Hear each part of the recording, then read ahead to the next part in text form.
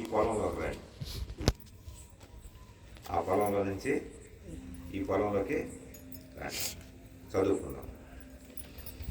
అతడు తన ఇంటి మీదను తనకు కలిగిన అంతటి మీదను అతని విచారణకర్తగా నియమించిన కాలము మొదలుకొని యెహోవా యోసేపు నిమిత్తము ఆ ఐగుప్తీని ఇంటిని ఆశీర్వదించెను.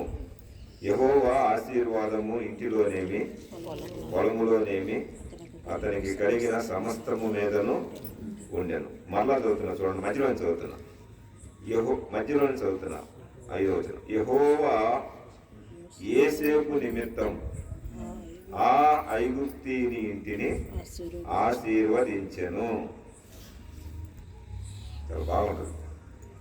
చిన్న ప్రార్థన, అలాగే తల వంచండి, నిద్రలో మేల్కొని ప్రార్థన ఎక్కిపించండి. పరిశుద్ధుగా నీకు స్తోత్రాలు. మొదటిగా మీ దాసుని బలపరిచారు, శ్రేష్టమైన తలంపులు.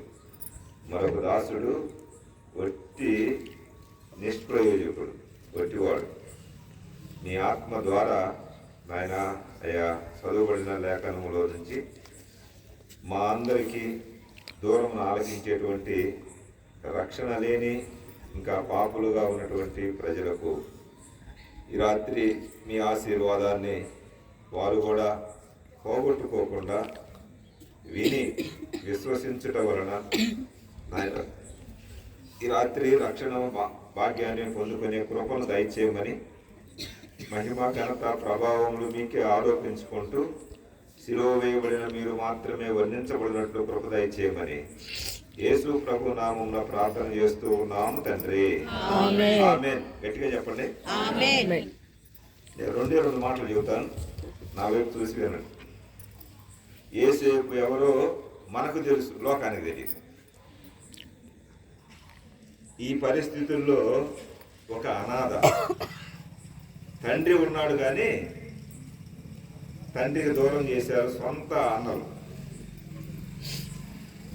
తమ్ముడు ఉన్నాడు కానీ తమ్ముడిని చూసుకునేటువంటి పరిస్థితి కూడా లేదు. తల్లి చనిపోయింది.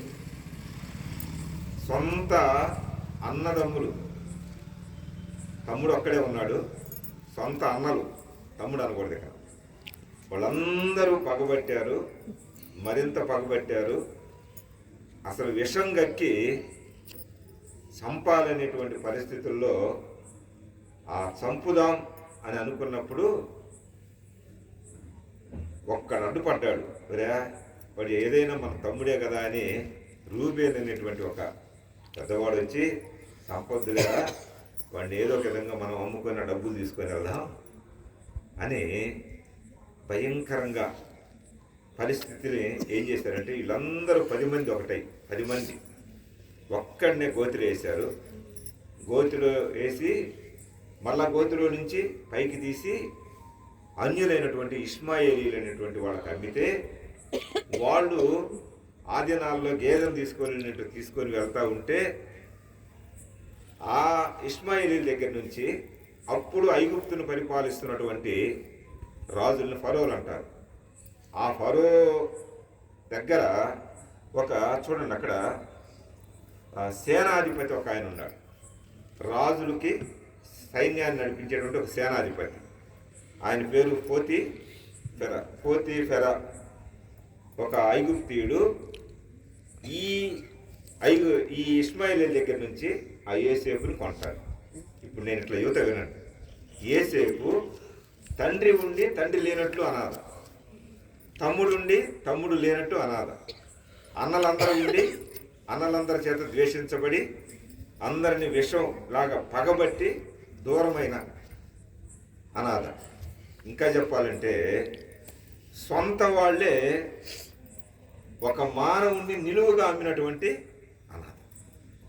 ఇంకా కొంచెం లోనకి వెళ్ళి మనం మాట్లాడుకుంటే, తల్లి నిద్రబాబుకమ్మ, ఇంకా లోనకి వెళ్ళి మనం మాట్లాడుకుంటే యోసేపు పరాయి దేశంలో ఉన్నాడు. యోసేపు ఐగుప్తులో ఉన్నాడు. ఐగుప్తులో ఏముందంటే జల్సా ఉంది. నిన్న మనం ఇటు వస్తున్నాం చూడండి. ఐగుప్తులో ఏముంది? పోకిరితనం ఉంది. ఐగుప్తులో ఏముంది? ఇప్పుడు కాదు, ఈ బళ్ళు స్పీడ్గా పోతున్నాయి, వీళ్ళు ఇట్లా క్రాపులు చేసుకుంటున్నారు, వీళ్ళు ఎట్లా చెడిపోయారు, వాళ్ళు ఎట్లా చెడిపోయారు, ఇవన్నీ టీవీలు ఇవన్నీ వచ్చి మనం చెప్పుకుంటున్నాం, మన కళ్ళ ఎదురు జరుగుతుంది. ఆ దినాల్లోనే ఇంతకంటే భయంకరమైన పరిస్థితులు ఉన్నాయి. సమాజం ఆ దినాల్లోనే చెడిపోయింది, అమ్ముడు పోయింది, సాతానుకి అమ్ముడు పోయి దేవుడు ఎవరో తెలియకుండా, దేవుడు నిజదేవుణ్ణి తెలుసుకోకుండా ఉన్నటువంటి నిజదేవుణ్ణి తెలుసుకోకుండా ఉన్నటువంటి సమాజం. అలాంటి సమాజంలో ఈ బానిసగా అమ్మబడినటువంటి యేసేపు, అమ్మా నా వైపు చూడండి,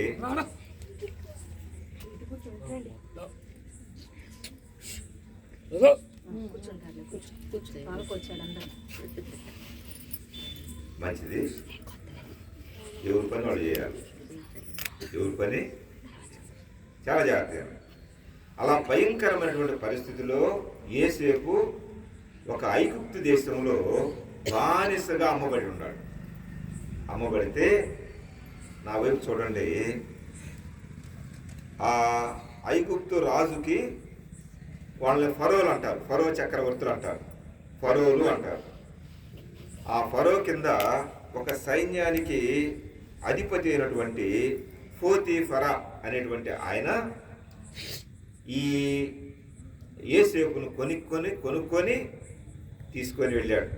తీసుకొని వెళితే ఇక్కడి నుంచి వినండి జాగ్రత్తగా, యేసేపు ఏమి దిగులు పట్ల, తండ్రి లేదని దిగులు లేదు, అన్నలు అలా కొట్టి ఇలా అమ్మారని దిగులు లేదు, చాలా బాధ ఉన్నా కానీ దిగులు లేదు. ఇష్మాయేలీలు వాళ్ళు అన్యులు, వీళ్ళంతా అమ్ముకొని ఆ తల్లిని వాళ్ళు లేపమ్మ అంటే నిద్ర వచ్చే టైమే, కానీ నేను క్లుప్తంగా ముగిస్తానంటే మీరు నాకు సహకరించాలి. ఏం చెప్పాము మళ్ళీ అలకారు. ఆ యేసేపు పరిస్థితి ఎట్లా ఉందంటే, అందరున్నా ఎవరు లేనటువంటి వాడుగా ఉన్నాడు, పట్టించుకునేవాడు లేడు. ఫరోలు, ఆ ఫరో దగ్గర ఉన్నటువంటి సైన్యాధిపతి ఇతన్ని కొనుక్కున్నాడు, తీసుకొని వెళ్తా ఉన్నాడు, తీసుకొని వెళ్ళాడు, ఇంటి దగ్గరే ఉంచుకున్నాడు. ఇక యేసేపు అందరు విడిచిపోయినా అక్కడ ఒక మాట రాయబడింది, చాలా ఇష్టమైన మాట. చూడండి, ఈ ఒక్క మాట కొట్టుకుంటే అయిపోతుంది, కానీ ఇది కాదు. యెహోవా యేసేపుకు తోడై ఉండెను. ఎప్పుడు తోడుగా ఉన్నాడు? గోతిలో ఉన్నప్పుడు తోడుగా ఉన్నాడు, అన్నలు ద్వేషించినప్పుడు తోడుగా ఉన్నాడు, తండ్రిని మైమరిపించారు వాళ్ళు, తండ్రి కూడా మర్చిపోయినట్టుగా ఉన్నాడు, తోడుగా ఉన్నాడు, అన్యులకు అమ్మబడినప్పుడు తోడుగా ఉన్నాడు, ఫరో చక్రవర్తి ఒక అన్య దేశానికి వెళ్ళినప్పుడు దేవుడు తోడుగా ఉన్నాడు, ఆ చక్రవర్తి యొక్క రాజు కింద ఉన్నటువంటి ఒక సైన్యాధిపతి అతన్ని కొనుక్కొని ఇంటికి తీసుకెళ్ళి బానిసగా పెట్టుకున్నప్పుడు దేవుడు తోడుగా ఉన్నాడు. అసలు ఇట్లా తోడుగా ఉండటమేంది? ఇంత కష్టాలు కదా, ఇంత కష్టాలు, ఇంత నష్టాలు, ఇంత భయంకరమైన పరిస్థితుల్లో ఎట్లా తోడుగా ఉన్నాడంటే చూడండి 2వ వచనంలో, యెహోవా యేసేపుకు తోడై ఉండెను గనుక అతడు వర్ధిల్లుచు. మనమేమంటాం? అసలు నిజంగా వర్ధిల్లుతున్నాడా? ఆలోచన చేస్తే వర్ధిల్లుచు. చూడండి, తన యజమానుడకు ఆ ఐగుప్తిని ఎంట ఉండెను. ఆ ఐగుప్తిడికి వర్ధిల్లటం లేదు, బానిస వర్ధిల్లుతున్నాడండి, జీతగాడు వర్ధిల్లుతున్నాడండి. జీతగాడి ముఖం చూస్తేనేమన్నా కళకళలాడుతుంది, వీళ్ళన్నీ చేస్తున్నారు, వీళ్ళ ముఖాలు ఎండిపోయినాయి. జీతగాడిని చూస్తేనేమన్నా సంతోషంగా ఉంటున్నాడు ఆ బానిస, ఆ ఈళ్ళ ముఖాలు ఏమన్నా తెల్లారులేక ఎట్లా ఉన్నాయి, సంతోషం లేదు. ఎప్పుడు క్రోధము, ఏదో పగ, ద్వేషం కదా, శరీర కార్యాలన్నీ అన్నిట్లో ఉంటున్నాడు. కానీ యేసేపు ఎట్లున్నాడు? వర్ధిల్లుతా ఉన్నాడు, సంతోషంగా ఉన్నాడు. చూస్తుంటే అసలు బానిసలాగా లేడు. చూడండి అక్కడ ఒక మాట, వర్ధిల్లుచు తన యజమానుడకు ఆ ఐగుప్తీని ఇంట ఉన్నాడు. తన యజమానుడు ఉన్నాడు. యజమానుడికి ఏమి లేదు, వర్తిల్లటం లేదు. యజమానుడికి ఏమి లేదు, దేవుడు తోడు లేడు. యజమానుడికి ఏమి లేదు, సంతోషం లేదు. యజమానుడికి ఏమి లేదు, ఆనందం లేదు. కానీ అన్నీ ఉన్నాయి, అన్నీ ఉన్నాయి. తినటానికి ఉంది, ఉండటానికి ఉన్నాయి, అన్నీ ఇంట్లో అన్నీ ఉన్నాయి, పొలాల్లో అన్నీ ఉన్నాయి, ఆ సామ్రాజ్యంలో అన్నీ ఉన్నాయి. ఆయన కింద చాలామంది పని చేసేవాళ్ళు కూడా ఉన్నారు. కానీ ఆయనకి ఏమి లేదు, ఆ ఇంట్లో ఏమి లేదు, సంతోషం లేదు. ఆ ఇంట్లో ఏమి లేదు, నెమ్మది లేదు. ఆ ఇంట్లో వర్తిల్లట్లా, పిల్లలే పుట్టట్లా. ఇట్లా చెప్పాలి, నేను ఇట్లా చెబుతున్నా, పిల్లలే పుట్టట్లా, అందరికీ పిల్లలు పుడుతున్నారు. ఆ వర్తిల్లటం అసలు ఏమీ లేదు. చూడండి, అక్కడ ఒక మాట రాయబడింది 3వ వచనంలో, యెహోవా అతనికి తోడై ఉండెననియు అతడు చేసినదంతయు అతని చేతిలో యెహోవా సఫలము చేసిననియు తన యజమానుడు. 3వ వచనం ఉంటుంది, నా వైపు చూడండి. బానిస ఏది కొట్టుకుంటే అది బంగారం అవుతుంది. బానిస ఏ పని చేస్తుంటే ఆ పని ఎట్లా ఉంది, వర్తిల్లుతా ఉంది. ఒక పొలం రే, ఈ పొలం సాగు చేయరా అంటే ఆ పొలం 100% ఏమవుతుంది, 100% ఫలిస్తూ ఉంది. అరే ఈ గేదెలు ఇట్లా చేయరా అంటే ఆ గేదెలు మంచిగా పాలిస్తున్నాయి. ఊరికి చెప్తున్నా, వినండి. అట్లా ఏ పని చేస్తున్నా ఎవరు పొట్టుకున్నది చేసినది ఈ బానిస, ఈ యేసేపు చేసింది వర్తిల్లుతా ఉంది. అసలు అక్కడికి ఒక మాట ఏముందంటే, అతడు చేసినదంతయు అతని చేతిలో యెహోవా సఫలం చేస్తున్నాడు. సఫలం చేస్తున్నాడంటే ఏది పెట్టినా తీయగానే ఉంటుంది, చేదు పెట్టినా ఎట్లా ఉంటుంది చెప్పండి, తీయగానే ఉంటుంది. ఏంది ఇది, పొట్టుకుంది బంగారం. ఎక్కడ అడుగు పెట్టినా ఏముంటుంది, ఫలింపే. నష్టం అనేది లేదు. ఎంత నష్టం, అందరికీ నష్టం జరుగుతుంటే వీళ్ళకేం జరుగుతుంది, ఇక్కడ యేసేపుకి దేవుడు తోడుగా ఉన్నాడు. చూడండి, ఇదంతా చూస్తా ఉన్నాడు యజమానుడు, ఇదంతా చూస్తా ఉన్నాడు. ఏందిరా, మనకి ఈ సంతోషం లేదు, ఈ ఆనందం లేదు, ఈ ఫలింపు లేదు, ఈ వృద్ధి లేదు, ఈ అభివృద్ధి లేదు. అసలు ఏంది, ఈయనకి మనకి తేడా ఏంది? ఈయనెవరు, బానిస. ఎక్కడి నుంచి వచ్చాడు, ఎక్కడో పరాయి దేశం నుంచి వచ్చాడు. మనం ఏం చేసాం, కొనుక్కున్నటువంటి కుక్క లాంటి, లేకపోతే బానిస లాంటి, ఒక గేదె లాంటి, ఒక పశువు లాంటి ఇతను చూస్తుంటే మనం సిగ్గుపడాల్సి వస్తుందిరా. మనకు వర్తిల్లటం లేదు, మనకు ఆనందం లేదు, ఏం లేదు. ఆ ఇంటిలో ఎండిపోయిన జీవితాల్లాగా ఉండే. ఆ ఇల్లు ఎట్లా ఉంది, అన్నీ ఉండా ఏముంటాయి చెప్పండి, ఇట్లా చెప్పాల, రోగాలు. అన్నీ ఉన్నా నెమ్మది లేదు, అన్నీ ఉన్నా ఒకరికొకరి సంబంధాలు లేవు, అన్నీ ఉన్నా ఏం లేవు చెప్పండి, ఒకరికొకరి మాటలు కూడా లేవు. ఒకే ఇంట్లో ఉంటున్నారు, ఆ బంగళాలు అనుకోండి, అదినాలు ఉన్నాయి. అప్పుడు ఆ యజమానుడు చూస్తున్నాడు, ఏందిరా ఇతను చూస్తుంటే ఏంది, నాకు ఏదో గుర్తొస్తుంది. అంతా సఫలం చేస్తున్నాడు. ఇదంతా చూశాడు. చూడండి 4వ వచనంలో, యజమానుడు చూసినప్పుడు యేసేపు మీద అతనికి ఏం కలిగింది. వినండి, నా అంశం వస్తుంది, దగ్గరికి వస్తుంది, నేను ముగిస్తాను. యేసేపు మీద ఏం కలిగింది, బానిస మీద, కూలోడి అనకూడదు, జీతగాడి మీద ఏమైంది, ఏమైంది చెప్పండి, కటాక్షపడ్డాడు, కరుణిస్తున్నాడు. అరే మా ఎంగిలి మెతుకులు కాదురా నువ్వు తినేది, మా ఎంగిలి మెతుకులు తింటున్నా నువ్వు మంచి ఆరోగ్యంగా ఉంటుంది, మేము వేడి తింటున్నాము, రాజా ఏమంటారు, రాజభోజనాలు చేస్తున్నాం, కానీ మాకు తింటే అరగట్లేదు, మాకు ఆరోగ్యాలు లేవురా. నువ్వేందిరా మా దగ్గర మిగిలింది కుక్కలు కూడా తినవు, అట్లాంటివి తిని నువ్వు ఎట్లా ఉంటున్నావు, సంతోషంగా ఉంటున్నావు, ఆరోగ్యంగా ఉంటున్నావు. నువ్వు అసలు ఏందని ఆలోచన చేసి అతను ఏం చేశాడు చూడండి 4వ వచనంలో, కటాక్షము కలిగను కనుక అతని యొద్ద పరిచర్య చేయువాడాయను, మరియు అతడు తన ఇంటి మీద విచారణకర్తగా. యేసేపు పనిచేయరా, నువ్వు అంతగా వృద్ధి చెందుతుంటే నేను చూడలేకపోతున్నాను. ఎవరమ్మాట, ఎవరమ్మా, పోతీఫరు యజమాని. ఎవరెవరి ఒక్క అడుగు పెట్టురా, ఒక్క అడుగు పెట్టి ప్రార్థన చేయరా, ఒక్క అడుగు పెట్టయ్యా. అసలు యేసేపు ఏమన్నా చెప్పాడు దేవుని గురించి? ఒక్క మాట అని చెప్పాడా? మా దేవుడు గొప్పోడు అంటే, సృష్టికర్త అంటే, మా దేవుడు విమోచకుడు అంటే, మా దేవుడు రక్షకుడు అని ఏమైనా చెప్పాడా? ఏమి చెప్పాల.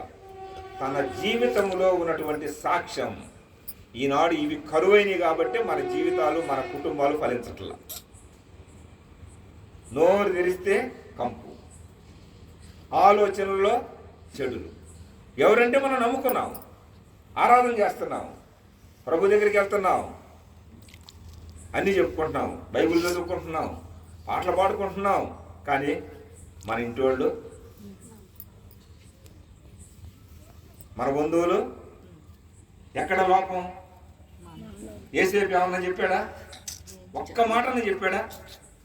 దేవుడి గురించి అసలు చెప్పట్లా. కానీ దేవుడు ఏమయ్యాడు? యేసేపుకి తోడై ఉన్నాడు. ఎందుకు తోడై ఉన్నాడు? యేసేపులో ఉన్నటువంటి మంచి లక్షణం, యేసేపులో ఉన్నటువంటి వినయం, యేసేపులో ఉన్నటువంటి తగ్గింపు, యేసేపులో ఉన్నటువంటి దేవుని వైపు చూస్తున్నాడు. ఏది జరిగినా నా మేలుకే అనుకుంటున్నాడు యేసేపు. కటాక్షపడ్డాడు యజమానుడు. ఒక విచారణకర్తగా చేశాడు. అరే ఇంట్లో ఇల్లంతా నీదేరా, ఇల్లంతా నీదేరా బాబు, నువ్వు ఆర్డర్ ఇస్తే నేను తింటాను అంటున్నాడు. ఈయన ఏమంటున్నాడు చెప్పండి? నువ్వు ఆర్డర్ ఇస్తేనే నేను తింటాను అంటున్నాడు. మన అంశంకి వచ్చా చూడండి అమ్మా, ఇదంతా వరకు చెప్తున్నా కానీ 5వ వచనంలో చూడండి. 5వ వచనంలో యెహోవా, మధ్యలో చదువుతున్నాం, కలిగిన దాని అంతటి మీద విచారణకర్తగా నియమించిన కాలము మొదలుకొని ఎప్పుడైతే నియమించాడో యెహోవా యేసేపు నిమిత్తం. చాలా జాగ్రత్తగానండి అమ్మా, క్రైస్తవులు అంటే సామాన్యులు కాదు, క్రైస్తవులు అంటే ఆశీర్వదించబడిన వారు. అమ్మా నిద్రపోకండి నువ్వు తల్లి, చాలా జాగ్రత్త చెప్తున్నావు. క్రైస్తవులు అంటే నిప్పులు అని మనం నోరు పారేసుకుందామా? నిప్పు దేనికి ఉపయోగపడుతుంది? వంట చేసుకోవడానికి ఉపయోగపడుతుంది. నిప్పు దేనికి ఉపయోగపడుతుంది? వేడిగా ఉండడానికి ఉపయోగపడుతుంది. నిప్పు అదే అగ్ని లేకపోతే మన పంటలు కూడా పండవు. మనం నిప్పు లాంటి వాళ్ళమే. ఆ నిప్పుల మీద నీళ్లు చదువుకొని బొగ్గులైపోయాయి.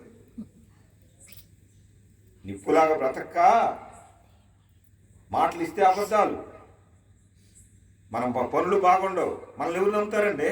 మనం క్రైస్తవులు అంటే నమ్ముతారా? మనం వర్దిల్లలేము. మన కుటుంబాన్నే చేయలేనంత పరిస్థితుల్లో ఉంటున్నాం. లోపం ఎవరిది చెప్పండి? మనదే. చూడండి, యెహోవా యేసేపు నిమిత్తం, యేసేపుకి తోడుగా ఉన్నాడా? యేసేపుని ఆశీర్వదిస్తున్నాడా? యేసేపుని దీవిస్తున్నాడా? యేసేపు నిమిత్తము ఏమైనా చూడండి, ఆ మాట చదవండి అందరూ ఈ రాత్రి. ఆ ఐగుప్తీని ఇంటిని ఆశీర్వదించను. ఈ రాత్రి ఇదే ఒక మాట ఆలోచన చేయండి. ఐగుప్తీనికి ఏమి లేదు, ఆశీర్వాదం లేదు. యేసేపుకి ఏముంది? ఆశీర్వాదం ఉంది. ఐగుప్తీనికి ఏమి లేదు, రక్షణ లేదు. యేసేపుకి ఏముంది? రక్షణ ఉంది. ఐగుప్తీనికి ఏమి లేదు, పరలోక మార్గం లేదు, పరలోకం లేదు. యేసేపుకి ఏముంది? పరలోకం ఉంది. ఐగుప్తీనికి ఏముంది? లోకములో ఉన్నటువంటి ఏముంది? లోక ధనం ఉంది. లోకములో అన్నీ ఉన్నాయి, కానీ ఏమి లేదు, రక్షణ లేదు. రక్షణ లేని ఆయన గురించి దేవుడు ఒక చర్య తీసుకుంటున్నాడు. యేసేపు నిమిత్తం యేసేపుకి ఏ ఆశీర్వాదాలు ఉన్నాయో అవే ఆశీర్వాదాలు తన యజమానుడైనటువంటి, చూడండి అన్నమాట, యెహోవా యేసేపు నిమిత్తము ఆ ఐగుప్తీని ఇంటిని, ఆ ఇంటిని మొత్తాన్ని ఏం చేశాడంట? ఆశీర్వదించెను. ఇంటిలో ఉంది, పొలంలో ఉంది, ఉందా లేదండి? ఇప్పుడు ఆ పొలం పంట చదువుకున్నాను. ఎవరి వల్ల?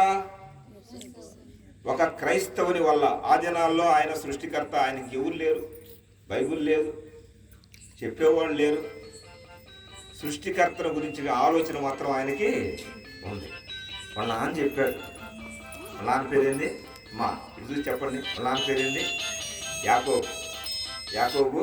అరే మనం ప్రత్యేకమైన వాళ్ళరా, మన దేవుడు మన సృష్టికర్తరా. అరే యేసేపు అయ్యా నాయన ఇది చూడండి, యేసేపు మనము ఇశ్రాయేలీలు రా, మనము ఎవరివి? హెబ్రీయులు రా. మనం ఎవరివి? చీకటిలో నుంచి వెలుగులోకి వచ్చిన వాళ్ళం రా. మరణంలో నుంచి జీవంలోకి వచ్చిన వాళ్ళం రా. మనము ఆ పాతాళం నుంచి పరలోకి వెళ్ళే వాళ్ళం అయ్యా. మన మార్గం వేరయ్యా. మన దేవుడు వేరు. మన సృష్టికర్త యెహోవా దేవుడు మనం సృష్టించాడని, అదిగో మీ తాత నమ్ముకున్నాడు రా అని యాకోబు చెప్పాడు. అదిగో మీ తాత కూడా కాదు, ముత్తాతనే అబ్రహాము ఉన్నాడు రా. అబ్రహాము, ఇస్సాకు, యాకోబు దేవుడు అని వాళ్ళ తాతలు, ముత్తాతలు, తండ్రులు చెప్పినటువంటి మాటలు పెరిగాడు. ఎన్ని కష్టాలు వచ్చినా కానీ ఏమొదలలేదు, దేవునికి అంటుకట్టబడ్డాడు. దేవునిలో ఉన్నాడు. దేవుడే అతన్ని ఫలింపజేస్తున్నాడు. తోడుగా ఉంటే ఆ ఫలింపు ఒక ఐగుప్తీనికి కూడా ఏమొచ్చింది చెప్పండి? యెహోవా యోసేపును బట్టి ఆ ఐగుప్తీని ఇంటిని కూడా ఏం చేయాలనుకున్నాడు? ఆశీర్వదించాడు. ఎట్లా ఆశీర్వదించాడు చెప్పండి? పొలంకు పోతే పొలం పంట విపరీతం. ఏందిరా ఇంతకుముందు ఇట్లా పంట లేదు, ఇప్పుడు ఎట్లొచ్చిందంటే యోసేపు కాలు పెట్టాడు. ఎవరే యోసేపు? నిజ క్రైస్తవుడు. క్రైస్తవ్యాన్ని, క్రీస్తుని నమ్ముకొని క్రీస్తులాగా జీవించేవాడు. మాటలు చెప్పేవాడు కాదు. అసలు ఏం చెప్పాలా? యజమానుడికి ఏమన్నా చెప్పాడా? మా దేవుడిదయ్యా, రక్షణకర్త అయ్యా, సృష్టికర్త అయ్యా, విమోచకుడయ్యా, అయ్యా నువ్వు నమ్ముకో అయ్యా అని ఏమని చెప్పాడా? ఏమి చెప్పాలా? క్రియ. ఏం చెప్పండి? మన మాట మారాలా. చనిపోవటం అంటే ఏందో కాదు. ఏం చనిపోవాలా? మన క్రియలు. మన శరీరాన్ని నలగొట్టుకోవాలా, మన దేహాన్ని నలగొట్టుకోవాలా, మన కంటిని నలగొట్టుకోవాలా, మన నోటిని నలగొట్టుకోవాలా, మన నాలుకను నలగొట్టుకోవాలా, మన అవయవంలో ఉన్నటువంటి చెడునంతా ఏం చేయాలి చెప్పండి? నలగొట్టుకొని ఆయన లాగా జీవిస్తే అప్పుడు మనం ఏమంటారు చెప్పండి? క్రైస్తవుడు అంటారు. ఏమంటారు చెప్పండి?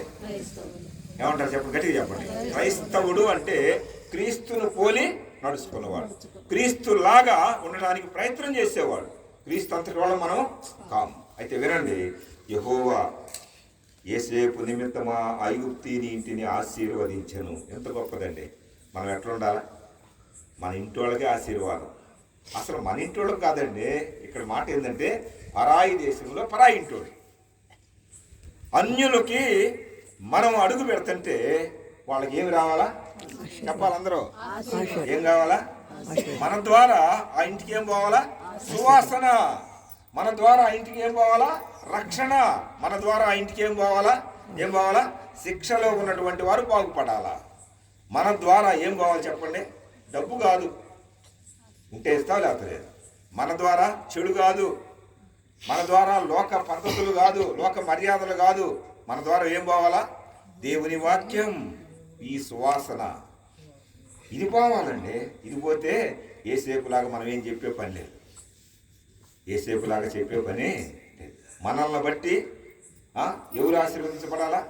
ఒక అన్య కుటుంబం ఆశీర్వదించబడాలి. అక్కడ చూడండి, అక్కడ తేటగా రాయబడింది, యెహోవా యోసేపు నిమిత్తము ఆ ఐగుప్తీని ఇంటిని ఆశీర్వదించెను. ఉందా? నీకు నీవే ఆశీర్వాదంలో నిలవలేకపోతున్నావు. నీ కుటుంబాన్నే ఆశీర్వాదానికి తేలేకపోతున్నావు. మన వల్ల ఆశీర్వాదాలు ఎట్లా?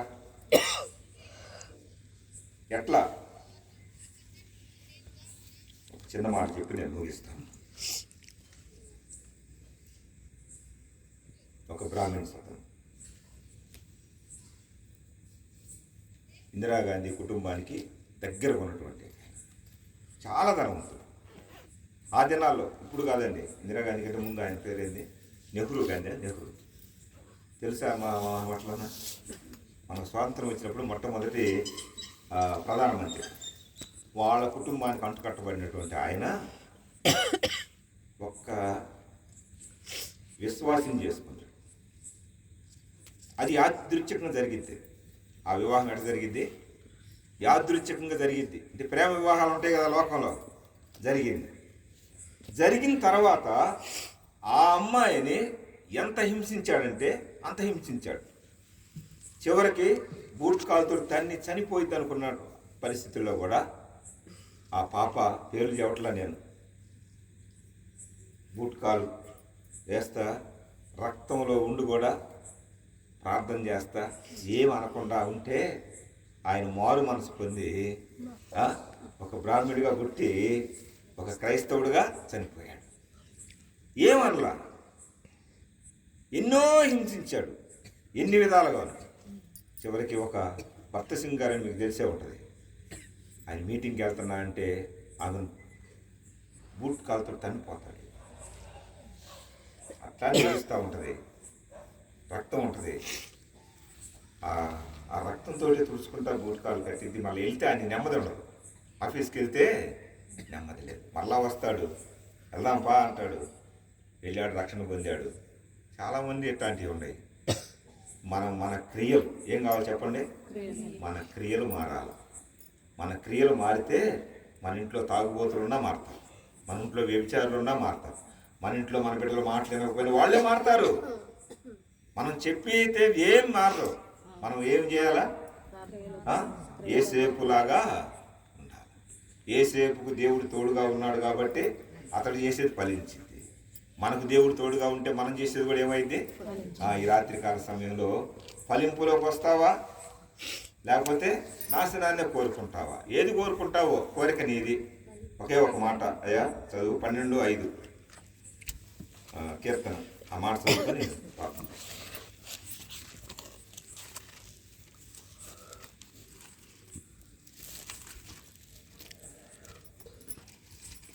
12వ అధ్యాయం 5వ చరణం చదువుతున్నాం.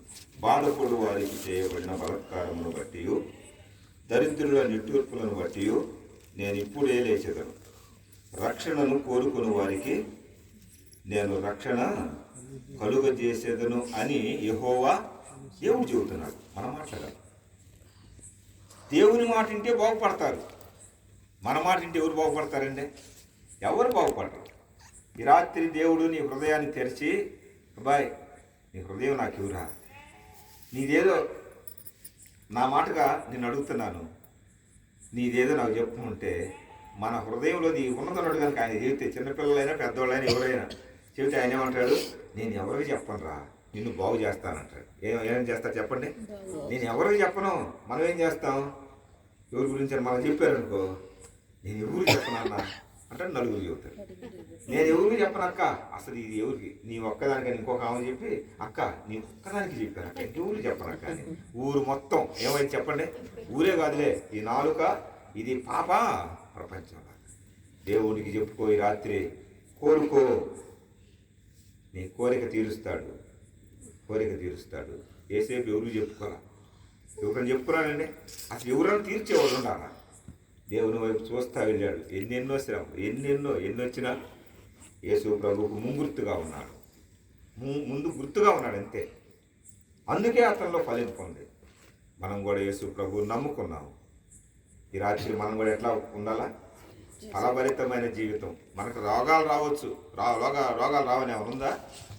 రోగాల కోసం అని వచ్చిందే, రోగాల కోసమా, లేకపోతే ఆస్తులు పెంచడానిక, లేకపోతే ఈ భూలోకంలోనా?